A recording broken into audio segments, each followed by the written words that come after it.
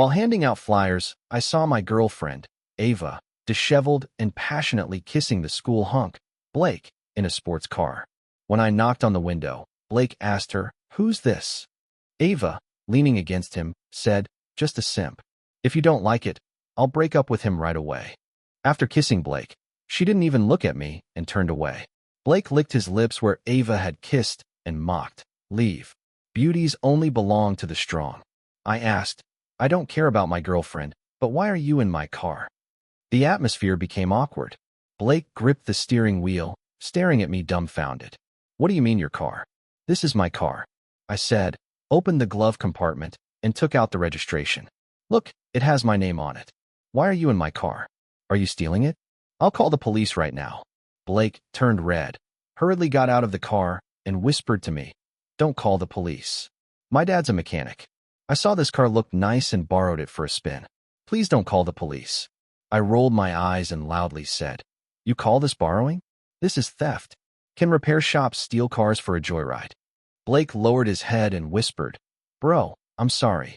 I sighed, "Don't get familiar. Let me check the car's condition first." He didn't dare speak, and I soon found a dent on the hood. I said angrily, "What's this about?" Blake panicked and quickly said, "It's not my fault. Your girlfriend insisted on sitting on the hood to take selfies and posted a bunch of provocative photos on her social media." I checked my phone and saw nothing. Blake quickly showed me his phone. It turned out Ava had blocked me. Looking at her social media posts, I tooted.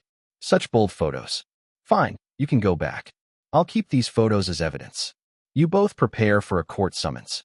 Blake was stunned and whispered, "Bro, will it cost a lot?" I said, "About $100,000. In an instant, his face turned pale.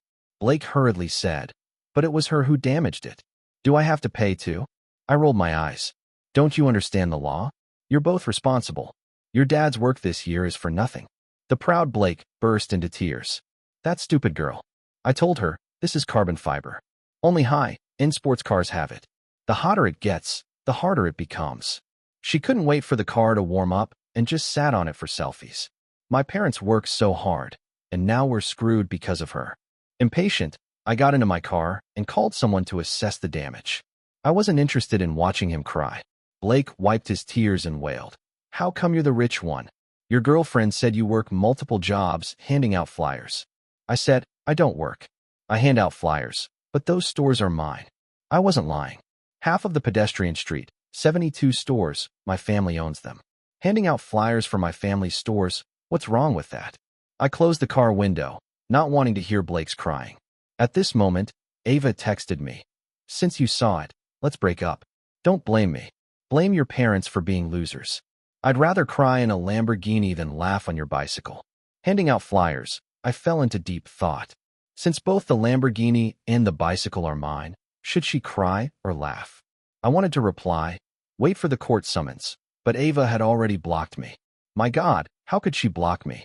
Speaking of the repair costs, she owes me $100,000. Ignoring the fact that it was the girls' dormitory, I rushed into the dormitory and headed straight to Ava's room. Fortunately, it was morning, so there weren't many people in the dorm. I arrived at her dorm room door and was about to knock when I heard a woman inside ask, "Did you really do what I told you?" Then I heard Ava say, "Yes, I lied to him that I took the pill." The woman excitedly said, "That's a great opportunity. I calculated your period and knew you were likely to get pregnant these 2 days, which is why I told you to go on a date. Once you're pregnant, you can marry into a wealthy family." Ava said worriedly, "What if he makes me get an abortion?"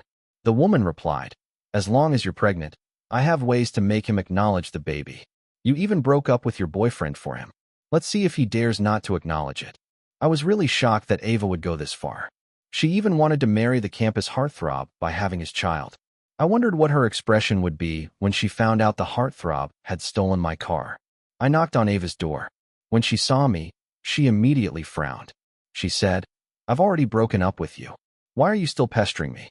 I'm telling you, being poor is not a problem, but being poor and shamelessly pestering a girl is really disgusting." It seemed Ava misunderstood, thinking I was there to win her back. There were 2 other people in the dorm, her roommates, whom I knew. Before I could speak, one of her roommates, Eva, said, Can you stop hindering Ava from pursuing her own happiness? I was completely dumbfounded. So making out with another guy in a sports car behind her boyfriend's back was considered pursuing her own happiness. I knew this roommate, Eva. She was Ava's best friend, the one who had just urged Ava to get pregnant. When I first started dating Ava, she often made sarcastic remarks, saying things like, "A man's love for a girl depends on how much money he spends on her." Because of Eva's instigation, I had given Ava many gifts. Now I was here to get those gifts back. I said, "We can break up, but the phone you are using is mine. You should return it to me." I didn't mention that the sports car was mine because knowing Ava's personality, she might shamelessly cling to me. I had to get my things back first. Ava immediately frowned and said coldly, "So you're such a petty person. Can't you consider my feelings?" I was speechless. "It's not that I'm petty, but you've already wronged me. Why should I care about your feelings?" Eva suddenly covered her mouth and laughed. She said, "Can't you see through this poor man's trick? Asking you to return the gift is a pretense. He really wants to make things difficult for you because he can't bear the breakup." Ava sneered, "So that's it. You think if I can't bear to return the gift, I won't break up with you, right? Have you forgotten? My current man is very rich." She raised her head proudly, and Eva added fuel to the fire. "Don't be afraid, sis. I just checked. The heartthrob's Lamborghini costs millions. Buying you a new phone is nothing to him." Ava laughed and said, "I can return the phone, but let me make one last call. I'll show you why I broke up with you. Because the gap between you and a rich man is so wide that you'll never bridge it in your lifetime." I wondered if the rich man she was talking about was the heartthrob. I remembered when I sent the car to the heartthrob's house for maintenance. His dad sighed and said making money was tough these days, and what they earned wasn't enough to pay the rent. Ava made a call, and Eva quickly said, "Put it on speaker so he can hear. Let him know the gap between himself and others." Ava nodded and, seemingly to show off, put the call on speaker. As soon as the call connected, she said pitifully, "Brother, my boyfriend came to break up with me and wants me to return the phone he bought me. Without the phone, how can I contact you in the future?" However, the heartthrob didn't indulge her. On the other end of the line, the heartthrob yelled angrily, "You damn bitch. Don't let me see you again, or I'll beat you every time I see you." In an instant, both Ava and Eva were stunned. The call was abruptly cut off, and Ava stared at her phone, unable to say a word. Eva quickly reacted. She angrily grabbed a book from her bed and threw it at me. "Did you mouth my best friend downstairs?" When Ava heard this, she was furious and started shaking. "Yeah, he wasn't treating me like this before. You must have slandered me. How despicable and disgusting can you be?" I impatiently said, "I didn't mouth you. Just give me back my things."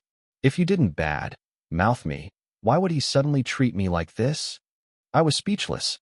Because Ava posted coquettish selfies sitting on the hood of his car, the heartthrob had ended up with thousands in debt.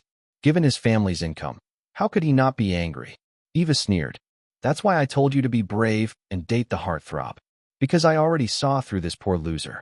He only knows how to play tricks behind your back." "Disgusting simp." I asked. "So you're saying you were involved in her betrayal of me, right?" Eva snapped. "Betrayal?" My best friend was stuck in a mess. Of course, I had to pull her out. Should I let her sink into marrying you? She'll thank me for the rest of her life. Ava grew impatient and said coldly, "You can have the phone back, but I have one demand. You immediately apologize to the heartthrob and admit that you were lying about me, Eva. Yeah, even if you have to kneel and apologize, clear my best friend's name." I took the phone and continued, "Why should I apologize for something I didn't do? And we haven't settled our accounts yet." I walked straight into the room and sat at the desk to start calculating. Throughout our relationship, I had given Ava many gifts and transfers. I wanted them all back. Ava said disappointedly, "My friends are all here. We once loved each other. Do you really want to embarrass me like this?" I ignored her and continued calculating. Eva suddenly took a photo of me with a face full of disdain. She said, "Today I encountered the ultimate loser. I'm going to post this on my social media right now and expose you so you'll be socially dead." I thought she was just threatening me, but when I took out my phone to check, I found she had actually posted it. She posted my photo with the caption, "Girls never date a poor guy. The poorer they are, the more trouble they cause." My best friend got stuck with one. It's terrifying. I frowned and said, This is a personal matter between us. Why do you keep mentioning being poor? You might as well write gold digger on your face. Eva sneered. Yeah, I do like rich guys. Do you have the right to be jealous? If you were rich, you'd be the one scolding me now, not the other way around. Look at your pathetic self. Eva got more and more agitated, walking to the window and pointing downstairs. She said, rich men drive $1 million Lamborghinis and are full of ambition and career goals. Poor losers just sit here calculating, making the girls who once loved them feel sick. Another roommate, Lisa, finally couldn't help but speak up. Ava, why don't you just pay him back? This is your fault in the first place. In an instant, Ava's expression changed. Ava asked, what do you mean? Are you taking his side? Eva sneered, isn't it obvious? You found a boyfriend with a Lamborghini, and she's jealous. So she purposely insults you, slanders you. Lisa's face turned red with anger. Don't falsely accuse me. I knew this girl. She was a poor student named Lisa before. When Ava wanted to show off, she had me buy desserts for everyone in her dorm, but Lisa refused to take them, saying she couldn't accept something she didn't earn. Because of that, I had a deep impression of her. Lisa sighed and said, Ava, I know you're poor and rely on student loans and scholarships to study. I understand if you resent the rich, but you know what? Being a good person is more important than good grades. Lisa's eyes widened in disbelief. Are you saying I'm not a good person? I was completely dumbfounded. Lisa was diligent and hard, working, excelling in both character and academics. And Ava, she had just been making out with the rich guy in a car right in front of me, her boyfriend. She dared to say Lisa didn't know how to behave. What kind of nonsense was she spouting? Eva sneered. I know your type, poor simp girl. You know he broke up, so you're pretending to be a pretentious coquette to win his favor. You know you have no chance with a guy who drives a Lamborghini, so you don't even let a guy who earns $3,000 a month handing out flyers pass. Lisa was so angry she clenched her fists and stood up. I also work part-time as a tutor, and I earn $2,000 a month. Eva looked at her with disdain. You even think small earnings count. Yesterday, I saw you picking up food that fell on the table to eat, you poor wretch. Of course you're not picky about men. Lisa's eyes reddened immediately, her voice trembling with grievance. The food fell on the table, not the floor. What's so poor about that? Enough. Ava's shout interrupted us. She slammed her phone on the table and said to me, You really embarrass me. My biggest regret is dating you. Hurry up and settle our accounts so I can go explain to my new boyfriend. Eva quickly said, Don't be afraid, sis. I'll go with you to explain. The rumors will be quashed, and you'll still be the little darling of a rich man. I couldn't be bothered with these two anymore and focused on calculating our accounts. Of course, I didn't include the repair costs of the sports car. I was afraid Ava might shamelessly try to reconcile with me. In the end, I figured it out. In the year we dated, I had given Ava gifts and transfers totaling $18,000. After doing the math, I was stunned.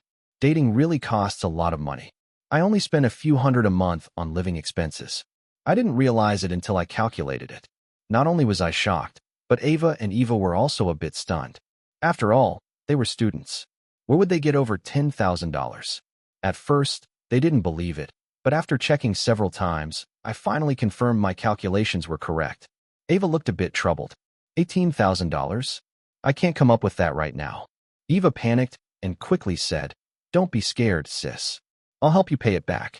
Your attitude towards this loser now will determine how the heartthrob sees you. Even if we have to borrow from loan sharks, we'll pay the money back. You need to cut ties with this poor guy to have a chance to marry into a wealthy family. Ava was eventually swayed by Eva's words. She nodded and said, Okay, we'll find a way to borrow it. My family mustn't know or my parents will kill me. I didn't know what to say. If $18,000 would get her killed, what would happen when the nearly $100,000 repair bill for the sports car got sent to her house? Her parents would probably want to grind her bones to dust. Ava and Eva immediately started contacting people to borrow money. Surprisingly, it was quite easy for them to borrow money. Classmates each gave a few hundred, lending it to Ava. Even Ava was amazed at how easily she could get the money. She couldn't help but say, I have a good reputation. Everyone is willing to lend me money. Eva laughed. It's because of your selfies on social media. You're sitting in a sports car worth millions. Of course people are willing to lend you this small amount of money. Ava suddenly realized. She glanced at me and said, "Do you see that? That's the true charm of a real man. Making everyone admire him and lend me money, hoping to befriend him. If I were still with you, would anyone reach out to help me when I'm in trouble?" Eva sneered. Trouble? Being with him is already the biggest disaster in life. They kept borrowing money and finally managed to collect over $8,000. But there was still a $10,000 gap. Eva gritted her teeth and said that I know a guy from the underworld. He can lend me the money, but if we can't pay it back, it'll be terrible.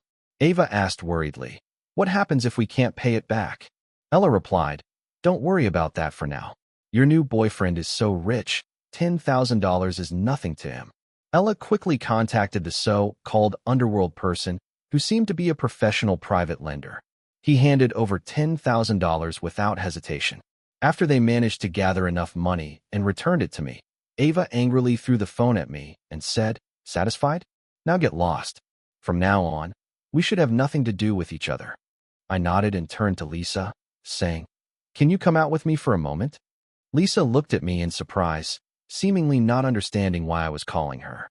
Ella immediately sneered. I knew these two had something going on. As soon as you paid him back, they hooked up. I felt a wave of helplessness. The reason I wanted to talk to Lisa was that she worked in the student council and had the contact directory. Since I planned to send a court summons to Ava's family, I definitely needed her home address.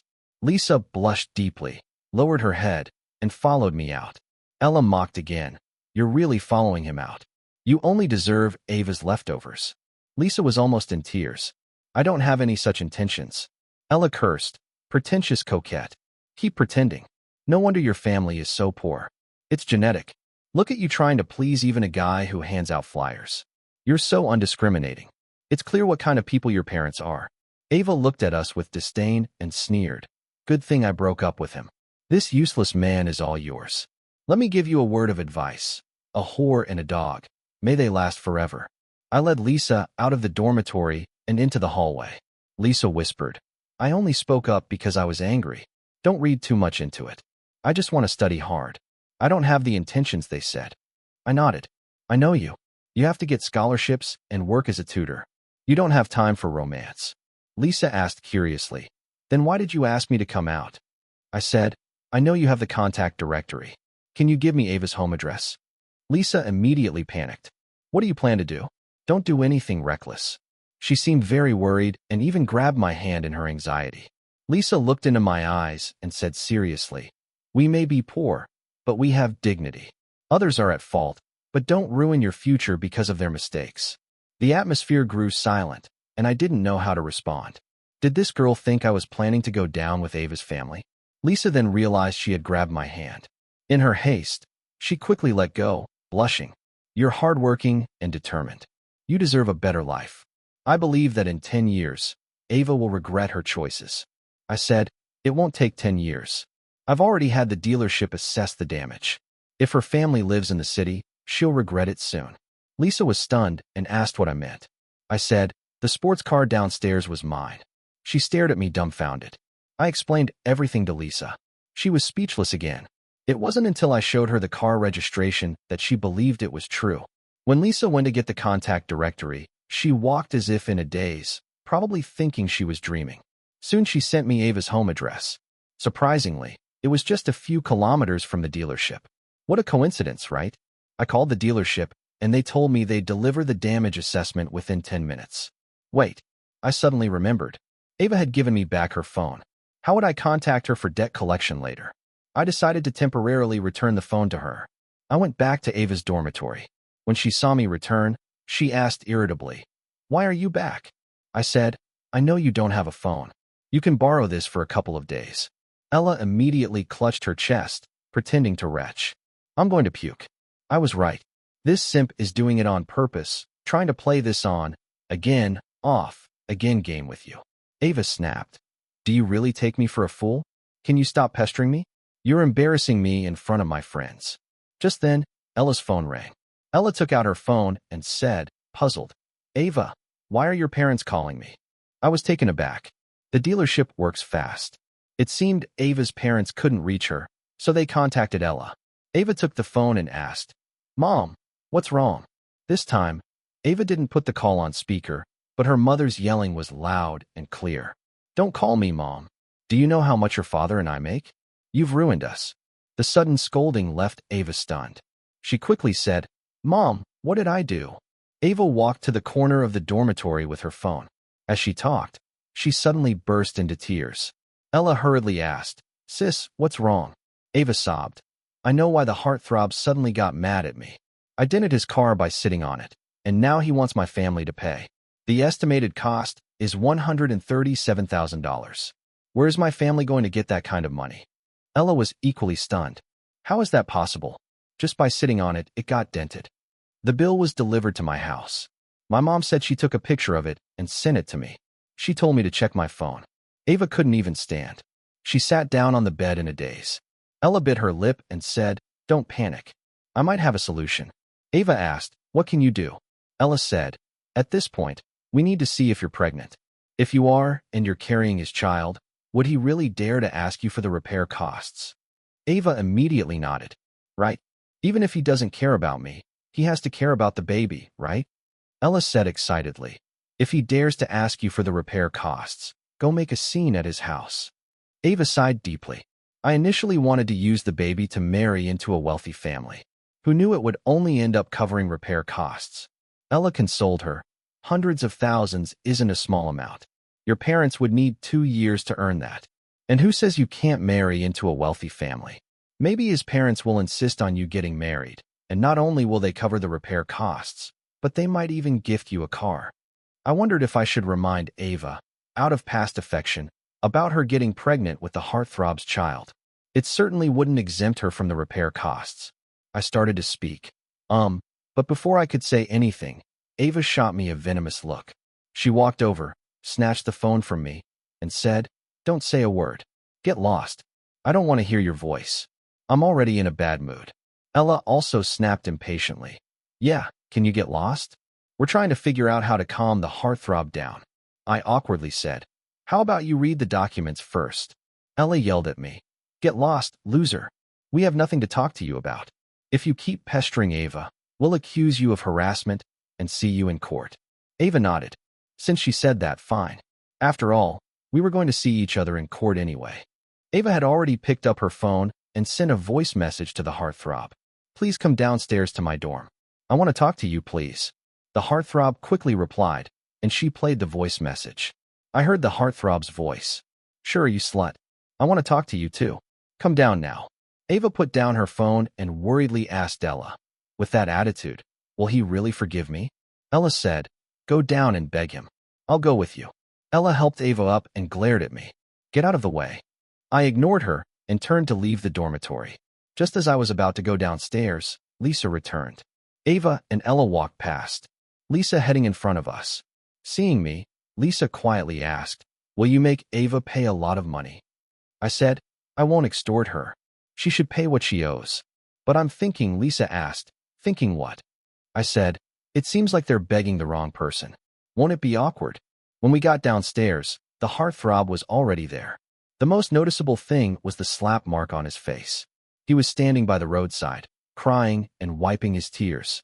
If I'm not mistaken, he must have told his dad about what happened and received some fatherly love. Ava and Ella were dumbfounded at the sight. Ella said, Seriously, with all the money his family has, he needs to cry like this? Ava said, Maybe he really loves that car. When I went on dates with him, he always took great care to protect it. Ella sighed. They say a car is a man's second wife. It must be true. I rolled my eyes. I don't treat my car like a wife. And why wouldn't he protect it? It's my car.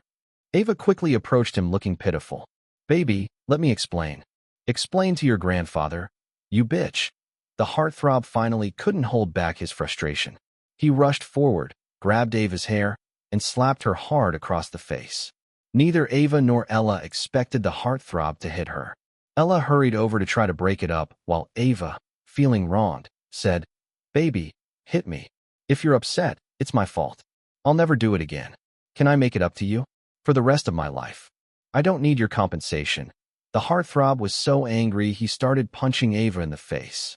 As he continued hitting her, both Ava and Ella realized something was seriously wrong. The students watching were all shocked. Just a moment ago, Ava was stepping out of a sports car, admired by everyone.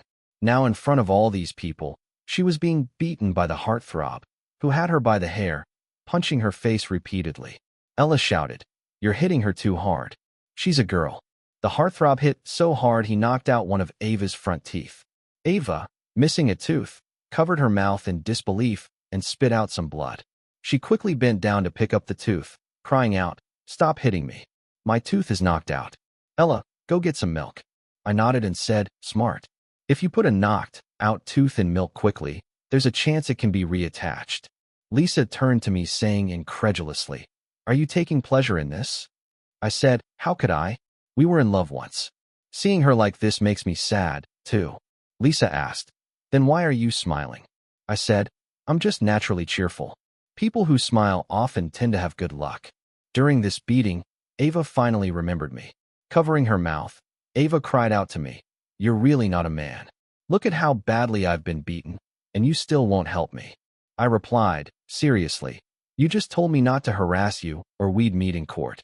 The heartthrob, who seemed overwhelmed earlier, finally noticed me when I spoke. He let go of Ava and walked toward me. Ella quickly said, "Heartthrob, I know you're upset, but do you know how much Ava has suffered for you just now? This loser was bullying her.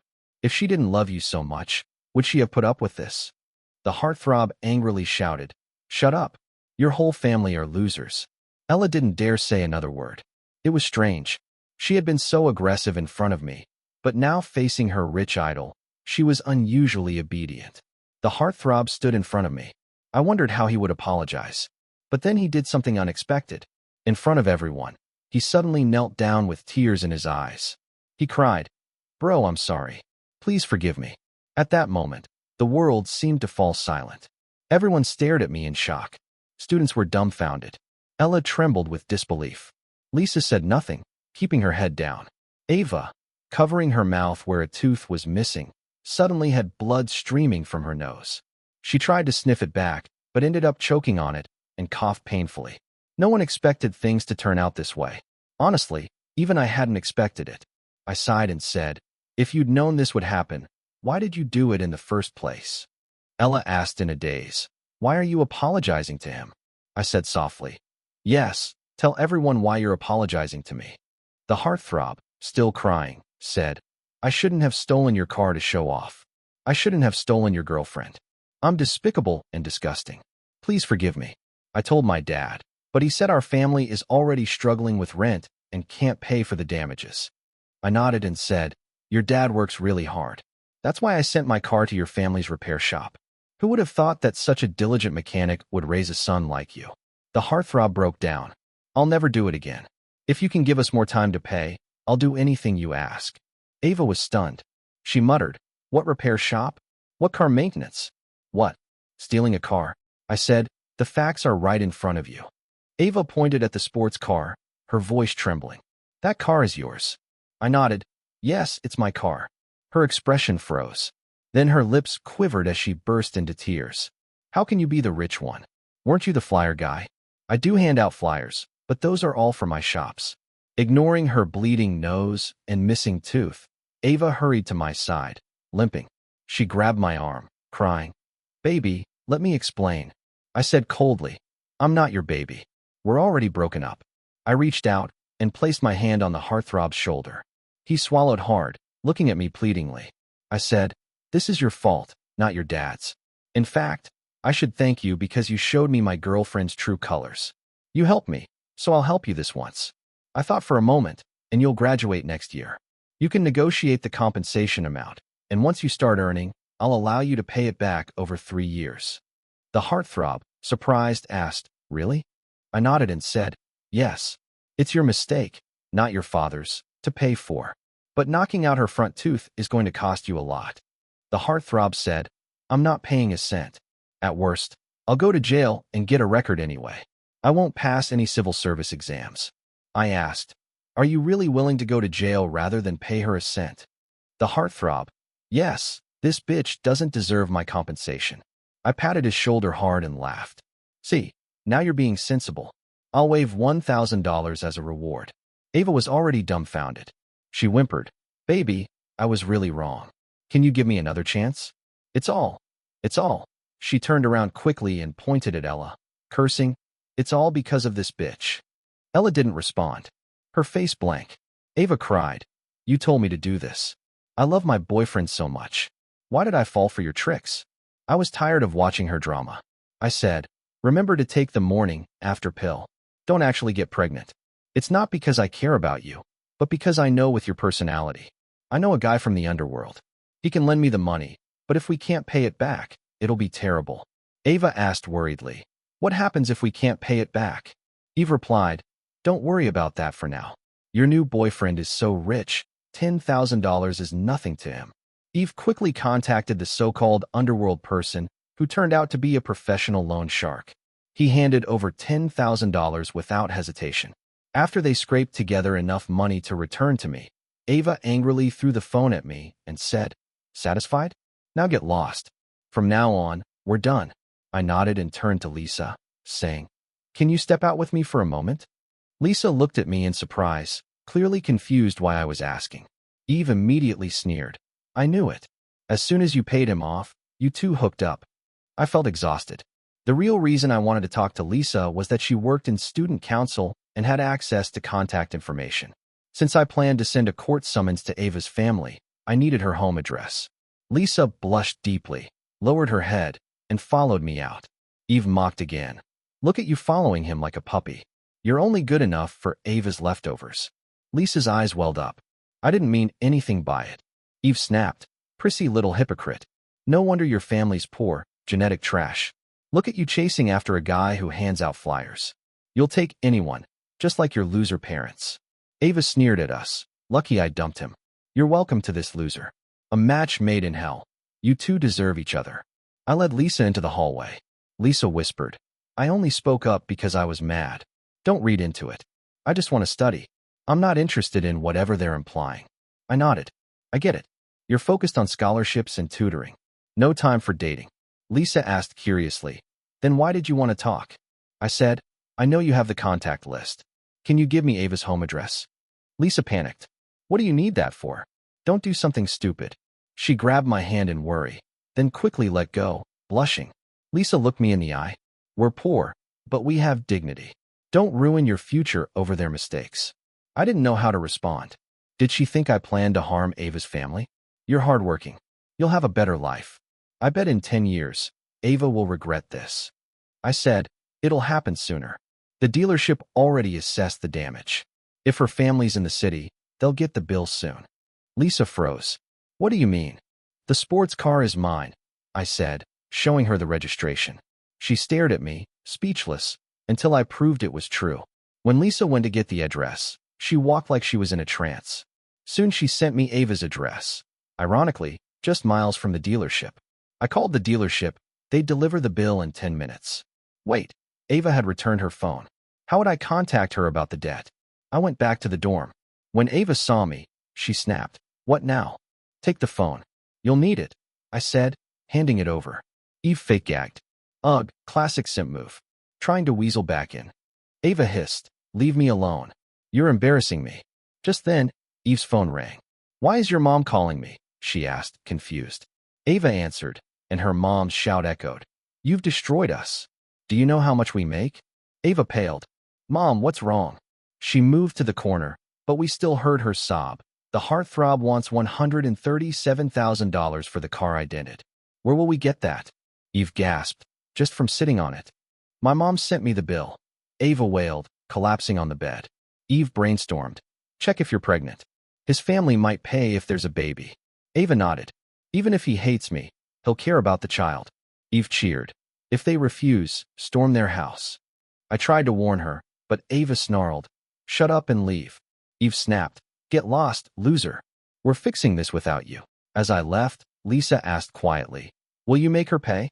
She owes what she owes. No more, no less. But aren't they begging the wrong person? She said.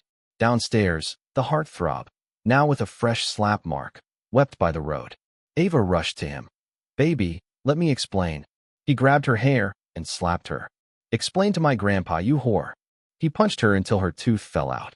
Get milk, she cried, spitting blood. Lisa stared at me. Are you enjoying this? No. We used to love each other. But she made her choices. Why are you smiling then? I'm just glad it's over. Ava screamed at me. You're a monster. Help me. I replied. You told me to stay away, remember?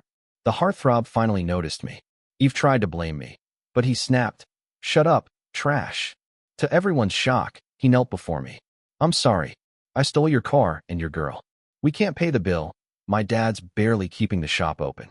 I sighed. I sent the car to your dad's shop because he's a hard worker. Too bad his son's a disappointment. He sobbed. I'll do anything if you give me time to pay. Ava stammered. Is his shop? Your car. I nodded. Yes, Ava. I'm the owner. She collapsed, crying. But you hand out flyers. For my own businesses, I said coldly. Ignoring her bloody face, she clung to me. Baby, I'll change. You're not my baby. We're done. I turned to the heartthrob. You'll pay half, starting when you graduate. 3 years. But her tooth is on you. He spat. I'd rather go to jail than pay her a cent. I clapped his shoulder. Smart choice. I'll waive $1,000 for that. Ava turned on Eve. It's all your fault. You made me do this. Eve froze, then burst into tears. But the loan. I interrupted. If you're scared of loan sharks, pay them back. Eve wailed. Where do I get $10,000? Lisa snapped. You mock me for eating off plates, but you're broke too. Why bully others for being poor? Eve collapsed, sobbing. I turned to Ava. Goodbye. Contact me only for repayment.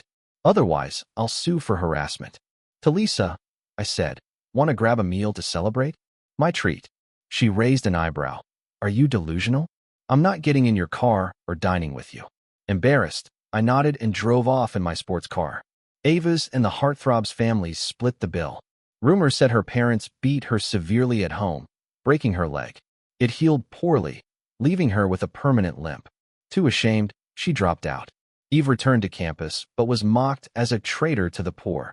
No one hired her, so she begged me for a job. I gave her a janitor role at my budget restaurants. Students often re-dirted toilets just to make her clean them again. Ava bombarded me with texts, so I sued her for harassment. She stopped contacting me. Lisa and I stayed platonic. She was disciplined and driven, nothing like Ava's crowd. After graduation, she returned to her hometown to teach poor children. I donated to her clothing drives, but she wasn't interested in dating. I often think of her words about dignity. She's a remarkable woman, and I hope her kindness takes her far.